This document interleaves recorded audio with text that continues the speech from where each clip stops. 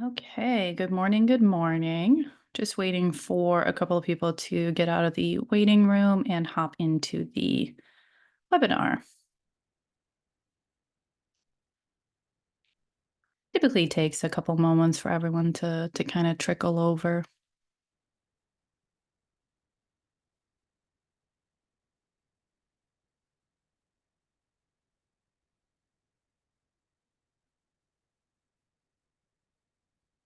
For those of you who had registered for last week's webinar, I'm sorry we had to reschedule. It was me that was a little bit sick.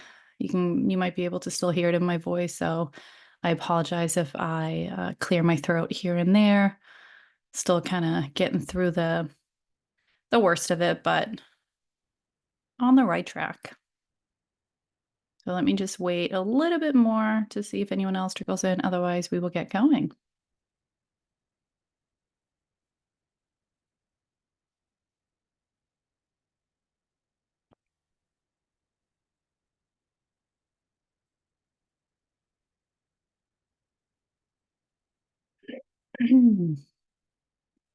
All right, let's get started. So good morning and welcome to today's webinar. My name is Camille Blomdahl, and I'm the Director of Client Services at WealthTrace.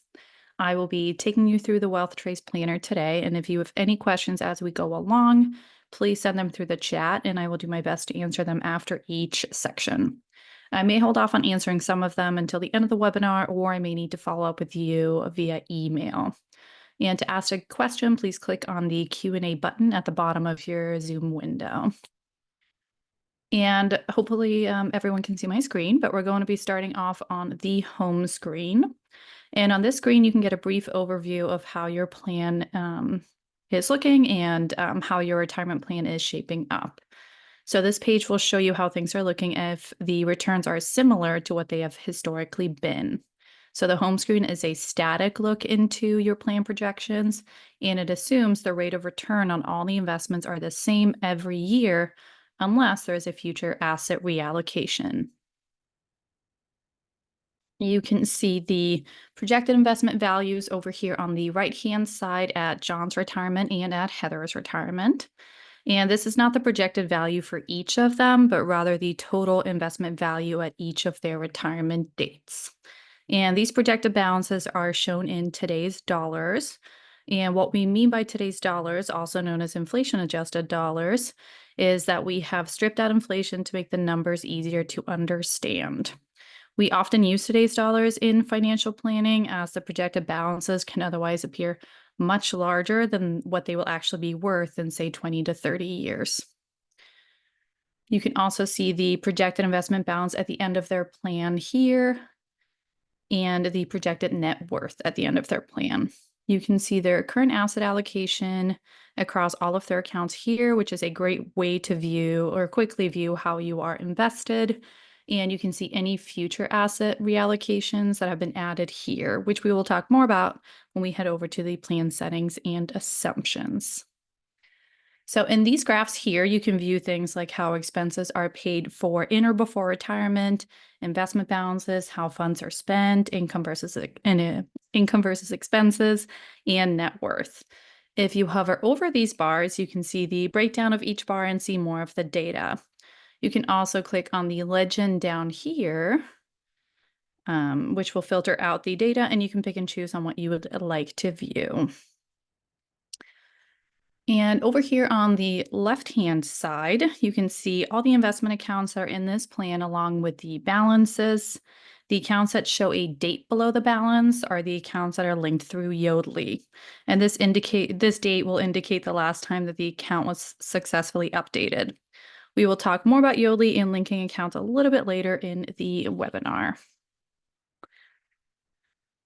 A great feature on this page here is also that you can play with these sliders up here to see how your results change. For example, you can change your retirement age and living expenses, your contribution amounts, the rate of return for your investments, and the amount spent on goals and additional expenses. If you move any of these sliders, you can quickly see how the results below change in real time. You'll see these sliders on multiple of the other screens as we go along as well. And that is it for the home screen. So if anyone has any questions on any of this information, feel free to ask that now.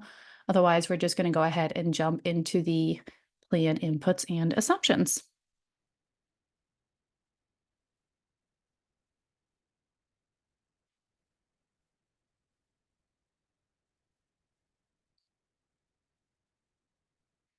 Blair is asking if there is a consideration to add more asset classes, similar to another software that includes just more asset classes. So yes, you can add them yourself, which you mentioned too. That is something that we might consider adding. We are releasing a new user interface soon, which I'll show you a sneak peek of at the end of the webinar.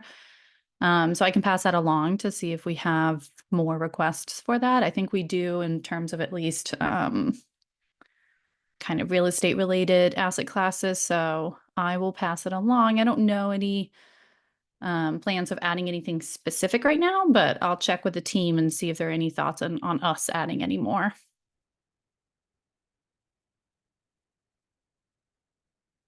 Okay. So in plan inputs and an assumption is basically where you're going to be building your entire foundation of your plan. So on the personal information page, you can input all the basic information about yourself and your spouse or partner if you're adding one. You can input your date of birth, if you're already retired or not, or your retirement date, your current salary, and how long you expect to live. In the plan settings, assumptions, and taxes, I will not go through every single setting, but I will point out a few important ones. So you can edit the inflation and COLA rate here. And you can either choose if you want to input a static rate for the entirety of the plan, or you can choose to vary this by year.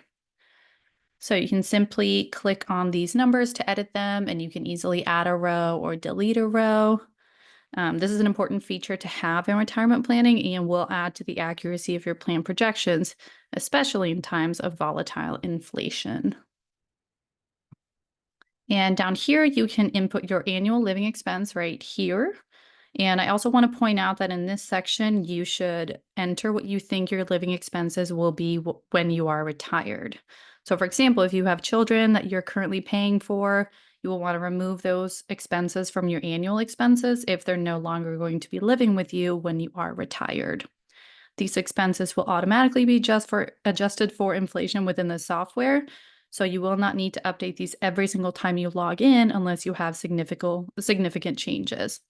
You will, however, want to update your annual expenses at least once a year, along with your Social Security and pensions as well, so that those are accurately predicted, or the future ones are actually accurately predicted in the software. And your annual living expenses should include the typical monthly expenses that you have, such as household bills, groceries, gas, utility bills, things like that. Larger expenses such as mortgage payments, car payments, and annual vacations should be added in the goals and additional expenses section, which I will show you a little bit later. You should also leave out any income or investment taxes since the software will deduct those for you. I also want to point out that these expenses will only matter when you are marked as retired in the software. If you are still working and earning a salary, then the software will assume that you're paying for all of your expenses using your salary. We also have a built-in budget worksheet, which can help you calculate your annual living expense. You can add up to 3 separate budgets and easily toggle between these down here to see how that would affect your plan. You can click on any of these rows to edit the expense description and the amount. You can also easily add a row and delete a row. Another option that we have is that you can enter varying expenses instead. So this is for those who may be spending a certain amount on annual living expenses in retirement at first and will be spending either much less or much more in the future. These amounts will also be automatically adjusted for inflation, but you do want to update them at least annually as well.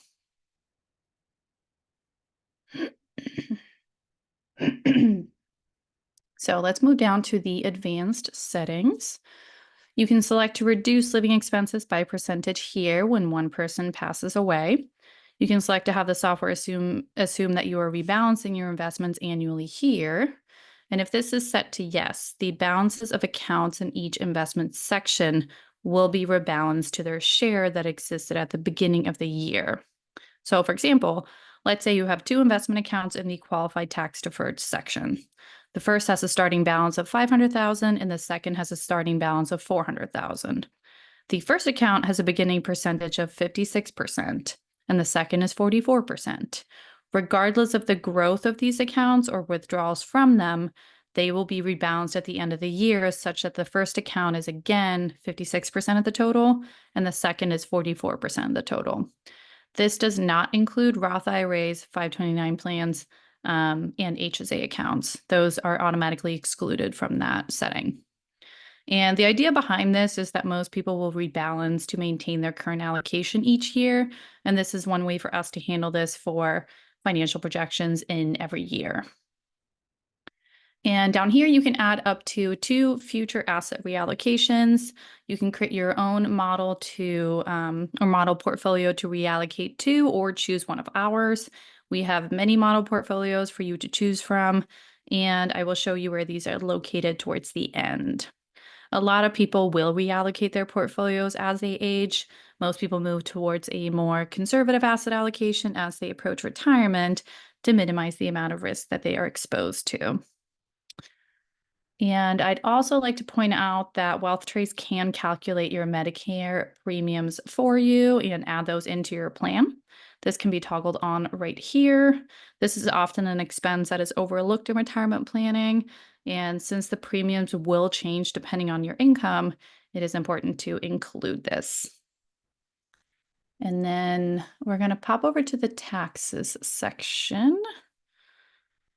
So you can have WealthTrace estimate your federal income tax for you based on the information entered, or you can manually enter your own federal income tax rate here. You can enter your state of residence down here, and you can also indicate whether or not this will change at retirement or at a future date. This is a very helpful feature for those that may be relocating to a state with a higher or lower tax rate at some point in the future. WealthTrace will also accurately project the state tax rate for those living in a state with a progressive rate. You can add a capital loss carryover down here, and which will be applied against any capital gains on taxable investment assets. And if you're not familiar with capital loss carryover, it means that when you've sold investments at a loss, you can use the capital loss tax deduction over multiple years to offset future capital gains. So if you have $50,000 in capital losses, you can offset $50,000 of capital gains, meaning you will not owe any capital gains taxes on those $50,000. So let's move over to the investment assets section. And if anyone has any questions as we're going along on each of these screens, just feel free to ask those at any time of the Q&A, and I will do my best to answer them as we're going along.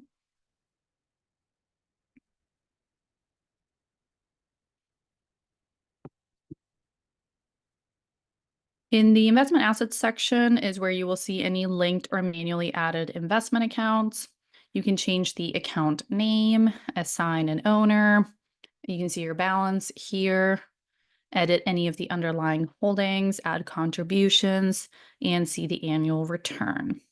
If you click on this magnifying glass right here, you can see the holdings that are in this account and the balances for each holding, and also the asset classes that have been assigned. And if you click on the pencil icon, you will be able to edit all of the account information, and you can change the account type, the cost basis, tell the software whether or not or when the funds can be used and whether or not you want to exclude the account from a future asset reallocation. And then if we go ahead, let me click on one of the accounts that is not linked through Yodlee. So this one, for example. Oh, actually, I'm going to go ahead and click on a different one. Let's do this one. So if you do not have an account that is linked through Yodlee, you will also see the option to enter the underlying holdings. And you can either assign, so if we say no, you can either assign the entire account and asset class, or you can choose to enter the individual holdings. And if you go in here, you can enter the individual tickers and the shares, and the software will automatically pull in the price file for each of those holdings every day and update the balance, basically.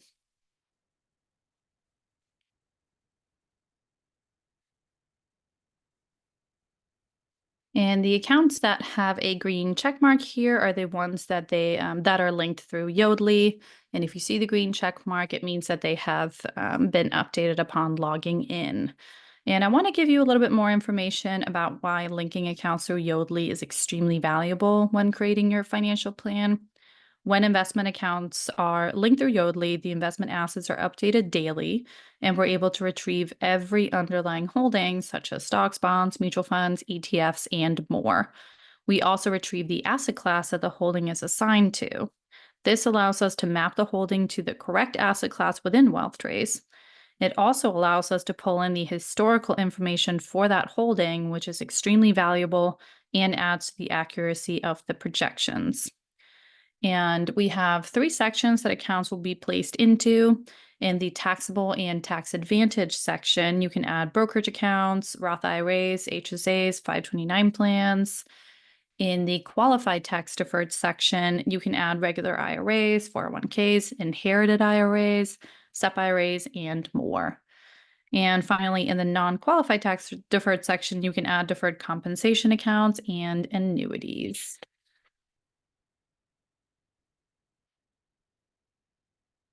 You can also drag and drop your accounts within these sections, which will change the order in which they are used in the software. By moving these around, you can see how this will affect your overall plan projections and the tax calculations, which is important if you have an account with high capital gains. You'll want to drag accounts with high capital gains to the bottom so that they will be used as late as possible in the plan.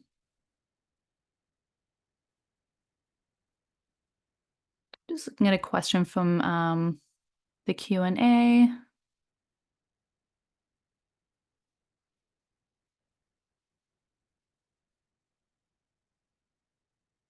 Let me take a look at your question a little bit later, Victoria. So I'll move on and I'll get to that question in a little bit. So you can add Social Security payments in here, or you can have the software estimate it for you. You can also input if the payments are going to change at some point in the future, which is applicable to those who may be taking their own Social Security payment to start, but will later be taking half of their spouse's Social Security payment when they start taking theirs. You can also add 1 or more pensions down here, along with the age of the first payment and whether or not the pension has a survival benefit. Thomas is asking, what are the green check marks? I mentioned that briefly. So the green check marks are the accounts that are linked through Yodlee. So if I click on this little magnifying glass, you'll see that this account is linked through Yodlee. The green check mark is indicating that it was successfully updated today. If it wasn't, you would see a red X instead.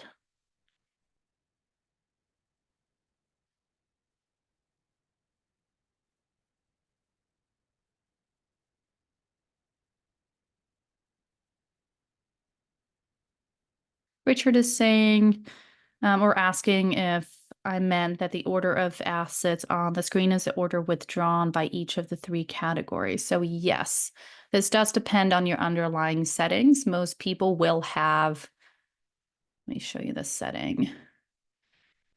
This setting enabled, which is saying that you're withdrawing the funds in order within those sections. If you selected pro rata, it would be taking an equal share of each account in each section. Most people prefer to be able to have more control over which account it's going to be pulling from. Most people have an order. So if you have this in order, you'll want to review the order of how your accounts are listed here, because the software will pull starting, with A, savings account, B, I bonds, etc. So your Roth IRA, for example, probably want to have that at the bottom.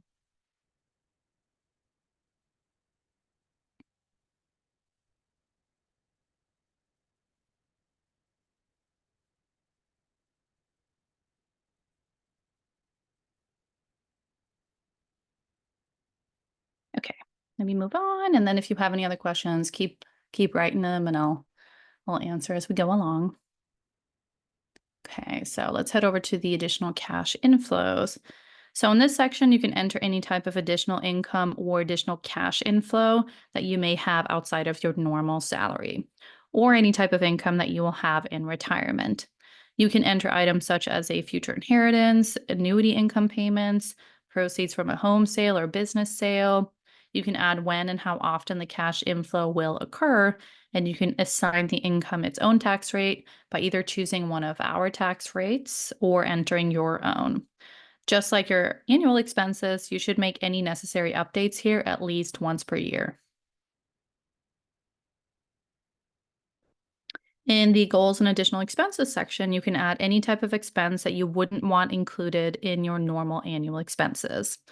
You can enter things such as purchasing a new car every 10 years, an annual vacation, your mortgage, additional healthcare costs, and more.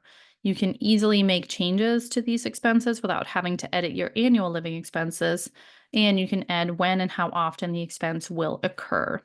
You can also tie an expense to a specific account. So, for example, we see Allie's college tuition. I want to make sure that that's funded by Allie's 529 plan. So if you do tie an account to a specific or tie an expense to a specific account, that will override the order that I just mentioned before.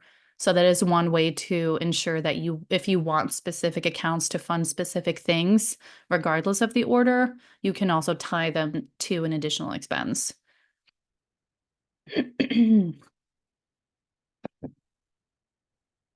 Brett is asking, under plan settings and assumptions, why would I want or not want cash flow projections in today's dollars?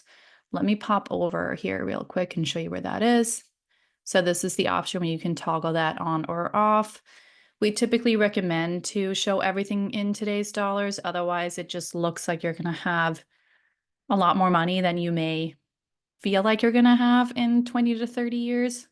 So what today's dollars is, it strips out the inflation of the future dollars, meaning that the purchasing power will be more accurate to what it would feel like today. So it's just one way to not overestimate or make it seem like you have a ton of more money in the future than it may feel like you have then, because everything will cost more. Hopefully that makes sense. Most people do opt to have everything shown in today's dollars. Okay. And here you can add any assets that you own or that you'd like to be included in your net worth. These will not automatically be used to fund any goals unless also added in the additional cash inflow section. Their value will just be added to your net worth. So as shown here, you can add things such as your home, lawn equipment, vintage cars, whatever it may be, collectibles, property. And you can also add a mortgage or other types of loans in this section. If you add a mortgage, the software can calculate your annual mortgage payment as well and add it to the goals and additional expenses section for you. So if you follow or if you enter information in these three and add the loan information, there will be a pop-up that pops up and asks you if you'd like to add this expense to the goals and additional expenses. If you say yes, it will automatically pop up here. It'll calculate the annual payment for you, remove the growth rate since this is a static payment. Again, while you want to separate it out from your annual expenses. And that way you don't have to enter it on your own. But you can also enter it on your own if you'd like to as well.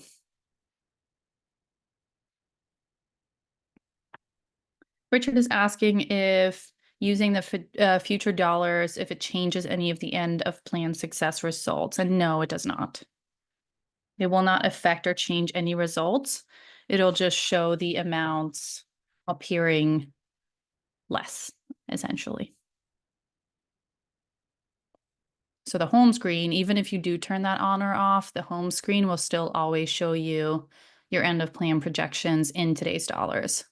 If you turn that off, though, it'll change your cash flow projection numbers, but this will still always be shown in today's dollars.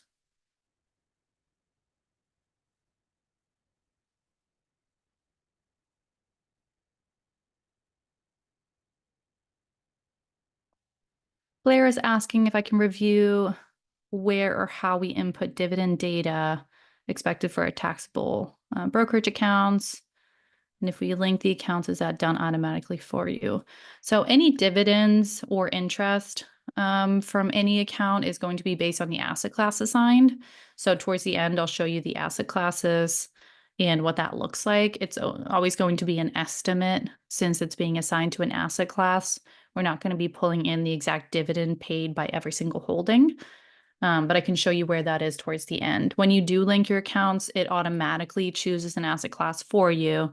So you'll get whatever dividend or interest ratio has been assigned to that asset class.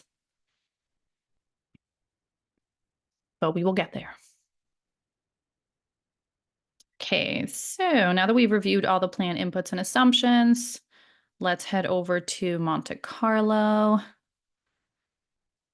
And Monte Carlo in WealthTrace tells you the probability that you will never run out of money in retirement. And what we do is we run 1,000 scenarios where the rates of return on all of your investments change in every year. So this is one of the sections that if you have linked accounts, this is going to be way more accurate because we can pull in the history of every single holding in all of your linked accounts, which you could also enter manually, but linking them is obviously a lot less time consuming. But what we do is we drill down into every single holding that you own and look at the history of the asset class to see what its average rate of return, volatility, and correlation with your other assets has been. We offer the most accurate Monte Carlo result that you can get because we're actually looking at every single holding that you own. WealthTrace is then able to generate a distribution of investment returns, which allows the program to generate a series of varying investment returns every year. When the Monte Carlo simulations are run, the program counts how many times in these simulations you run out of money. What is shown here is the percent of the time that you never run out of money. So the best that you can get is 100%. So right now they're at 66%. I have a lot of data in this plan, so probably a little bit high on the expenses. And down here, to the right, you can view the worst quartile, the median, and the best quartile. The number shown here is the average of the simulations run in that quartile. In this graph here, you can see the 1,000 trials that were run, and this blue line here is the median ending value in each year.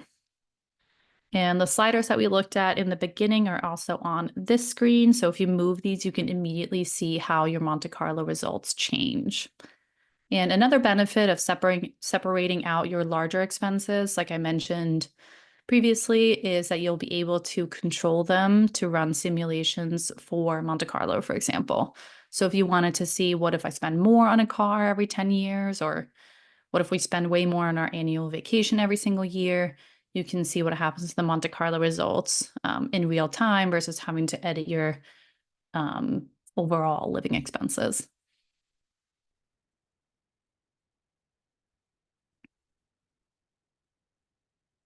Jeff is asking, where would you input alternative investments or investments in real estate that are not tracked in public markets? Typically, people will enter these as a manually entered investment asset, and then you can either assign it your own asset class that you can create and just not have any of the underlying investment information. And then you can edit the annual return if you'd like, but that's how most people do it.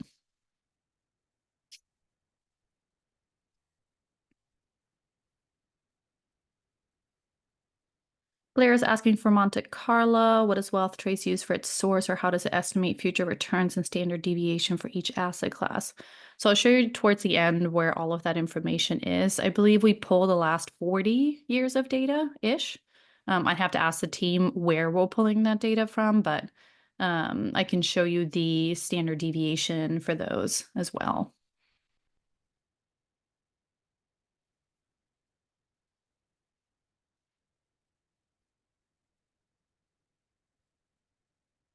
Ben is asking, can we run Monte Carlo simulations looking at alternative holdings not currently owned? So there's no way to just add a holding just to test for Monte Carlo results. What most people do is they zero out an account that they currently own and then manually add another account with those different holdings to see what happens. So for example, I can head back and just show you quickly. So what you can do, even if you have linked accounts, is that you can temporarily set the balance to zero. If you have a linked account, it will automatically update that balance the next day. So if I wanted to see what happens if I don't, own all of these holdings, I want to see what happens if I switch out Dodge and Cox to something else, you can manually replicate this in a manual account, zero this out temporarily, and then go back and take a look at your Monte Carlo.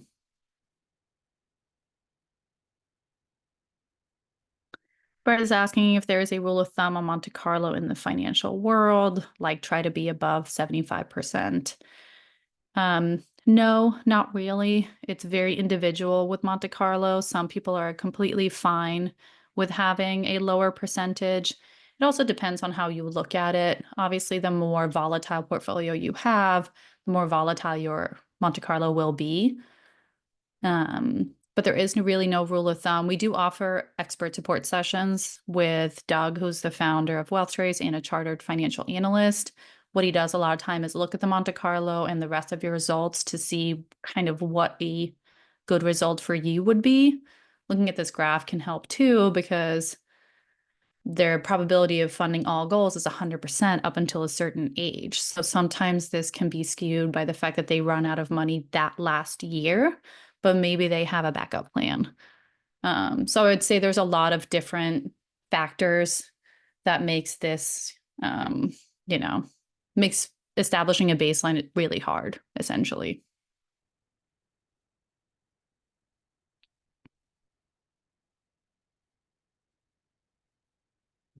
So let's head over to cash flow projections.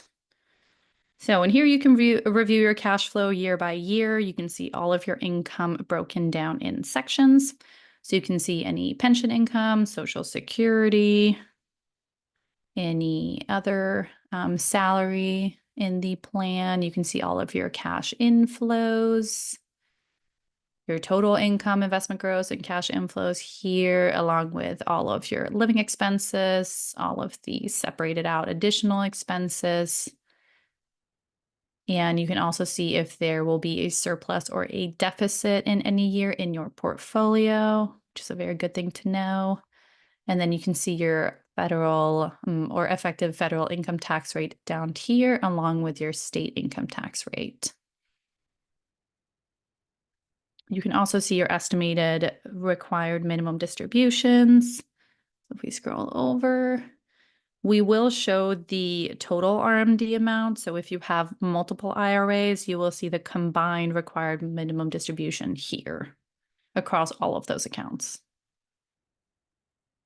And there is a ton of information in here. I won't go through every single header because we could be here all day, but it is really important to kind of go through these. There's a ton of really, really good data.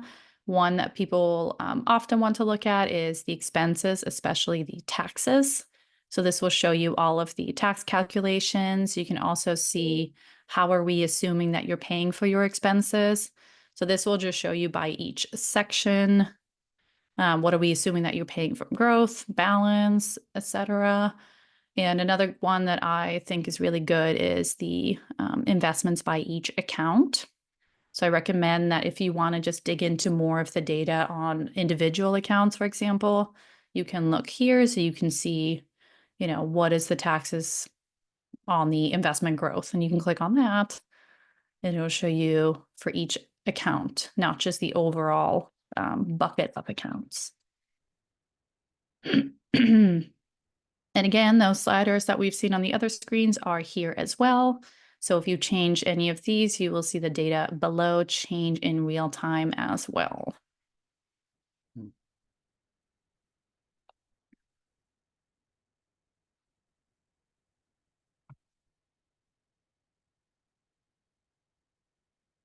Another thing I want to mention too is you can run reports in the software, but if there's a specific page here that you want to take a look at individually, you can export that. So you can export it to Excel, PDF, or CSV. You just click on this little cloud right here, and you can kind of pull out any pages that you want to see specifically instead of printing the whole report.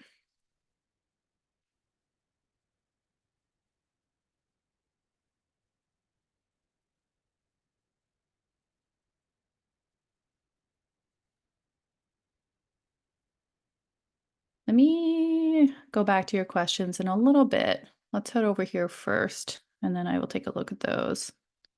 So in the investment history and breakdown section, you can view the historical data on all of your investment accounts and also look at the holdings that are in each account. You can see the allocation by individual account, or you can group any combination of accounts together. You can also choose an account type. So if you want to see the asset allocation across just all of your retirement accounts, you can choose that. So this is the asset allocation across all of those. If you scroll down here, you can see the year-to-date return and percentage of account and current balance. So the ones showing NA are the ones that just don't have any underlying holdings in them. The ones that do have the holdings, you can see here.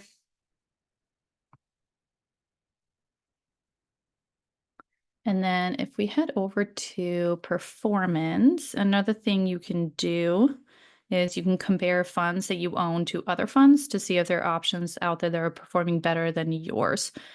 So not similar to the Monte Carlo question really, but if you did want to compare just performance of two different holdings, not considering Monte Carlo, you could do that here.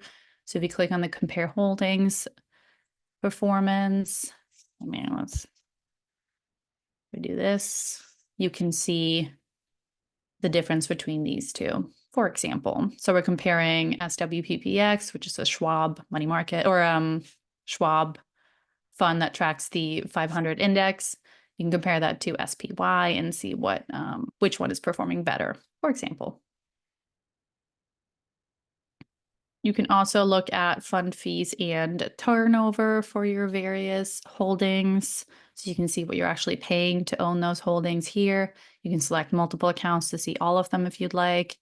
And for those who have linked accounts, you can also review your transactions. So if you look at this, you can see what's happening in your various linked accounts.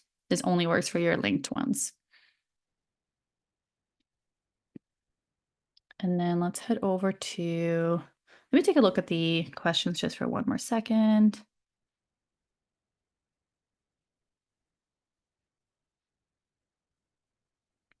Sharon is asking, after I run the Roth conversion scenarios and I know the specific Roth conversion amounts I want to make, in what year and the fund to make them from, should I put that in the goals and expenses section? So no, there is a spot to put that in the individual investment assets.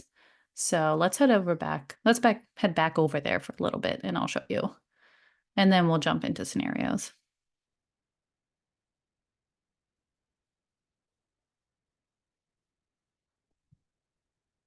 So if I have a Roth IRA and I know what I'm contributing to that, so you'll want to edit your Roth IRA. Go to your annual contribution, view and edit. And here it says, will there be conversions from a traditional IRA to this Roth IRA? You will want to say yes, select which IRA, select dollar amounts, and then view/edit Roth conversion amounts by year, add a row and add those here. Just be mindful of the input here. So it says annual amount to convert until this year end. So if you're starting next year in 10 years, you'll want to put whatever the amount is going to be until then, because it assumes that you're starting now. So if you're not making a contribution in 2024, you'll want to put $0 for 2024 and then put the amount that you're contributing in 2025, 2026, whatever it may be. Just want to make that clear. It's easy to miss. So that is the spot you'll want to enter any of your Roth conversions.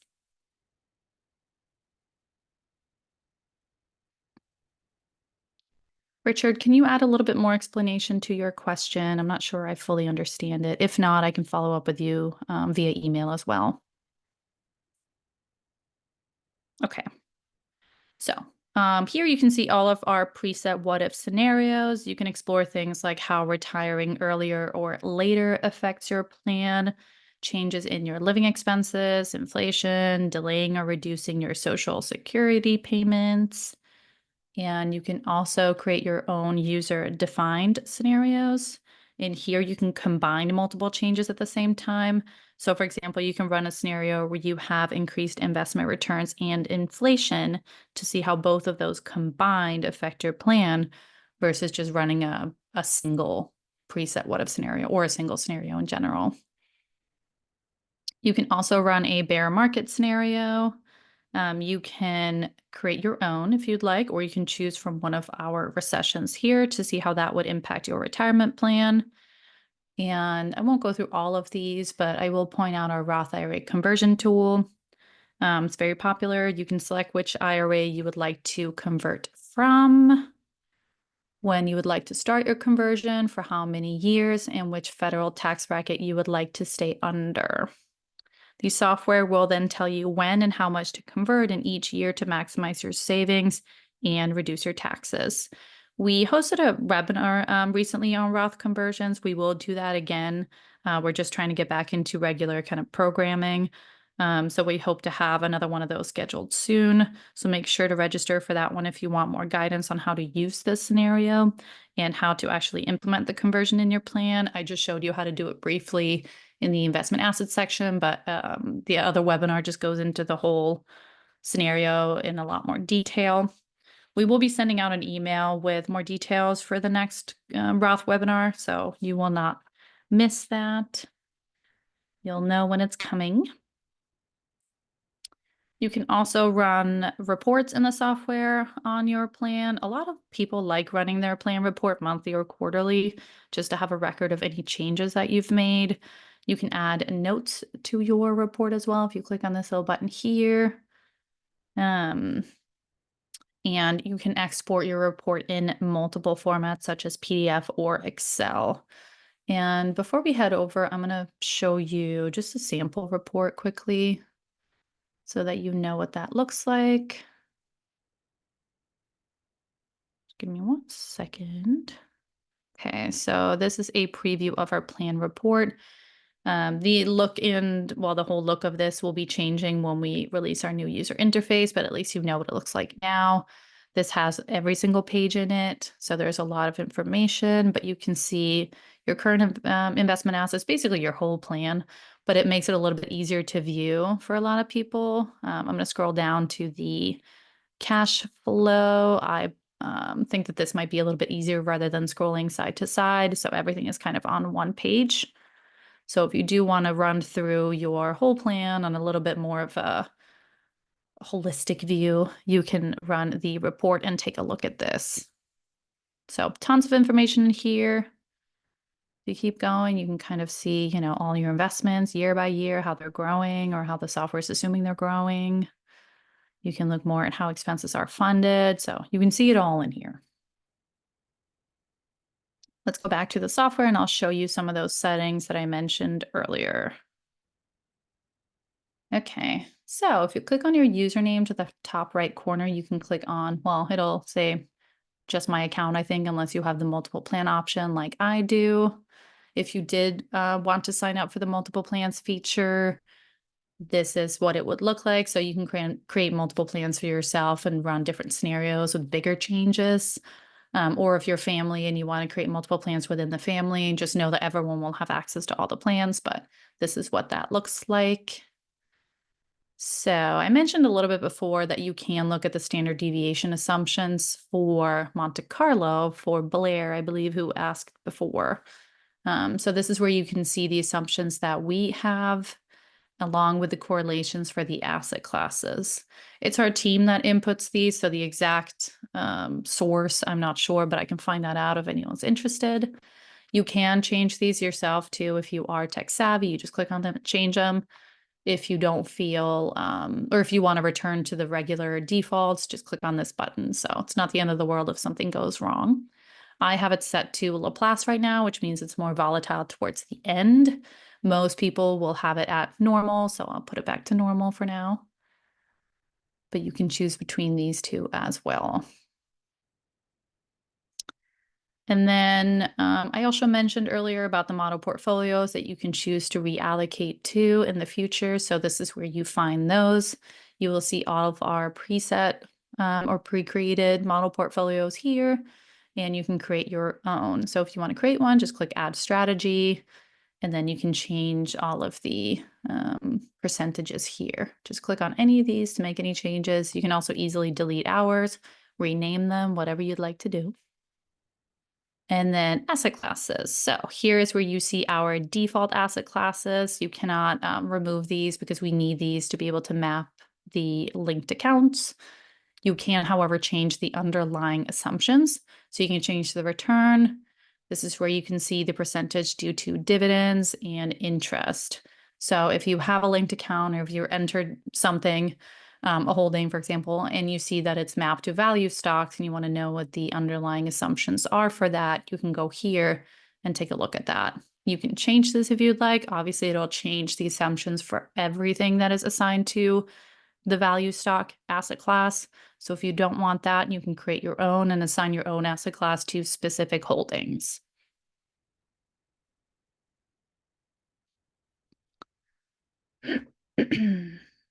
Just looking at the questions real quick.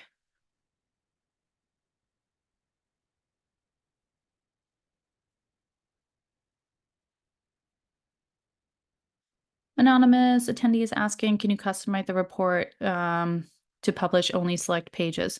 For individual plans, you cannot, but what you could do if you wanted to is just, since it's a PDF or if it's an Excel, you can just delete certain pages that you don't want.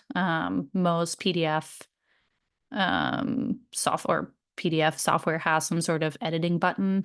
You can typically remove a page. That's what I would do if you don't want to see them all.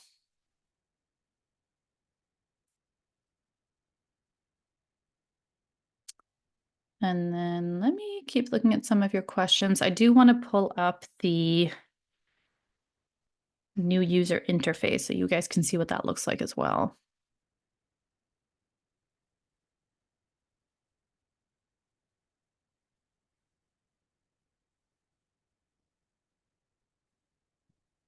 Just pulling that up in the background quickly.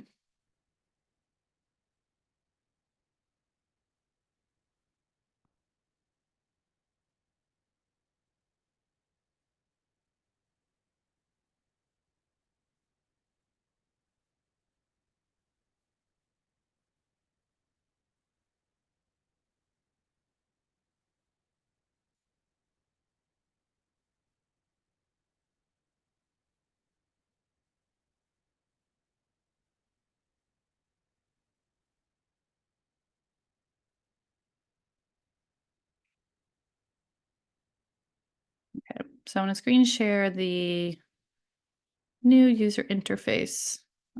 So in the next couple of months, this is what the software is going to look like instead. So if we go into Heather and John that we were just in, we'll go ahead and open theirs. Every underlying kind of setting is going to be the same pretty much. We might be adding or removing certain things, just small stuff, but the overall settings are going to be the same. So even if you feel like you've learned how to use the current software, you'll still probably be able to figure out this one. I think it's a lot more user-friendly anyways, and just easier to use. But this is a little bit what it will look like. We're making tweaks here and there, but it's coming together. So you will be able to have access to this in the next couple of months. So a little bit different, but overall pretty similar. Someone is asking if I know the approximate percentage of WealthTrace users that link their accounts through Yodlee. I think the majority. I mean, we have a couple that might be hesitant, but Yodlee's security system or security protocols are really strict. They are trusted by some of the largest brokerages and banks in the United States. And most institutions allow linking through them because they accept their security protocols, essentially. If they didn't, they probably wouldn't allow the linking. But it is pretty easy to enter manual holdings as well if you prefer to do that, but adding the accounts is definitely going to make it a lot easier to build your plan, or linking the accounts, I should say.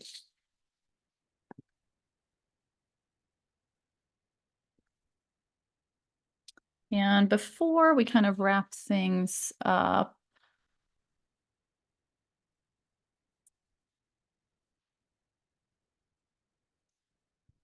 so Sharon is asking if you plan to rebalance your investment accounts but want to change the proportions from year to year. Should you check the rebalance, yes or to no? I would probably opt for no, since the hour rebalance setting is at least just refers to the proportions in each investment accounts in terms of the balance. If you're going to rebalancing it back to the asset allocation, I would just leave it to no, personally.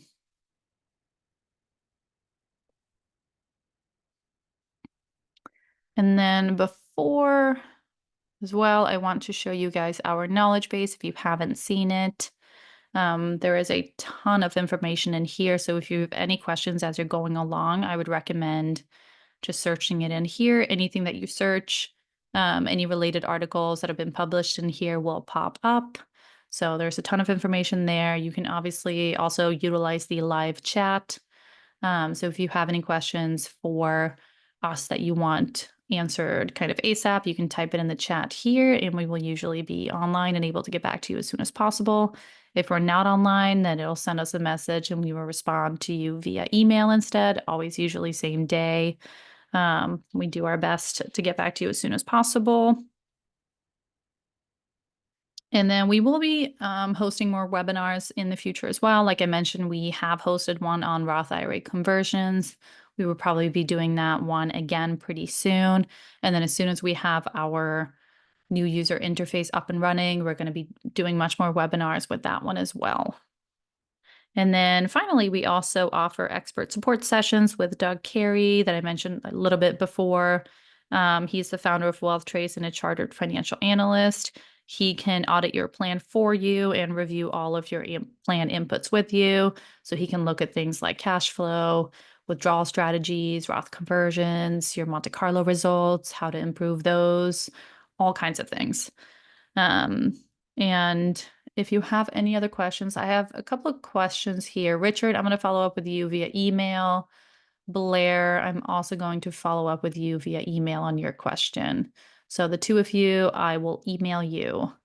And then unless anyone else has any final questions for me right now, I hope you enjoyed the webinar. And if you have any other questions going forward, like I mentioned, live chat, you can also email us at support@mywealthtrace.com, or you can email me directly if you have any specific questions.